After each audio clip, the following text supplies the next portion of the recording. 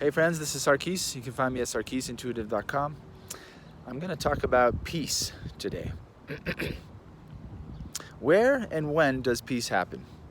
Just when? Where? I'll tell you. If you were to experience peace, if you were to imagine some idealized version of life, and in that idealized version there's peace, it's always going to be here and now. That's the only place, the only time you'll ever experience peace. Okay, so that's the first thing to realize. Second thing is that if you focus on, I'll give a metaphor. I'll give a metaphor of like your computer screen. So your computer screen is, let's say, a blank open space, right? And it's unconditioned. In other words, it allows all things to appear on it, right? And that's valuable. You want that screen to be unconditioned, right? Because when the movie, let's say you're watching like a romantic movie, when the romance plays out on the screen, the romance goes through all these highs and lows and ups and downs, but the screen doesn't take that journey. The screen remains untouched. Or if a horror movie plays on the same screen, same thing. When the main character gets murdered in his own backyard, does the screen die? No. Right? So in this metaphor, it's just a metaphor, relatively speaking. In this metaphor, the screen never changes. Right? All movies, everything can play on the screen. Right? Everything's allowed to come and go from the screen, but the screen itself never changes, never comes and goes. That's a metaphor for consciousness.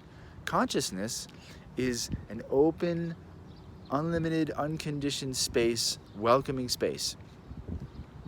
It is a space of awareness. Okay, it's not a space even. It's just this unconditioned openness, let's say.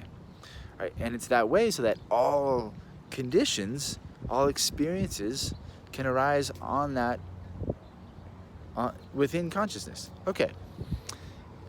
If consciousness itself, if the fundamental basis of all reality, all things, all appearances is peace,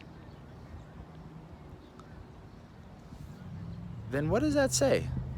That literally means that at the center of all experiences is a peace that cannot be touched, cannot be changed, cannot be altered, cannot be disturbed. So again, when I look out into the world, it's not that conflict isn't there. It's not that there's a lot of painful things that aren't happening. There is. But when you, hey guys, but if you're looking for peace, especially if you're one of those people that's trying to change the world, I want to urge you, find peace right now in yourself, in this moment. Again, that's the only place you're ever going to find it. So you might as well start there, because that's where it ends as well.